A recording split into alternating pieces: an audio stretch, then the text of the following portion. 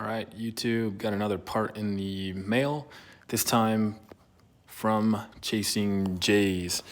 Chasing J's does some great quality titanium work. I'm running their titanium alternator shroud for the 2016 Subaru STI, and posted on social media about some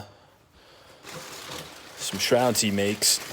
And I hit him up, and he was glad to send them out for me, and let's see what's in the box. Yeah, so once again, Chasing J's, huge thanks to you for making these badass products for the Subaru. And looks like he includes a little bit of hardware here to secure the shrouds. All right, let's open up these bad boys.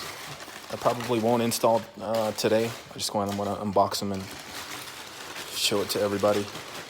All right, wow, look at that. That is freaking awesome. Yeah, so nice titanium burnt finish here. Chasing J's coming clutch. Wow. And then these are the shrouds. They'll literally just replace the OEM part. They'll just slide in here and then mount up to the OEM point there, and then use their hardware for the other connection points. But I think it's gonna tie in that the fender liner really well now. Just keep going with the titanium theme in here.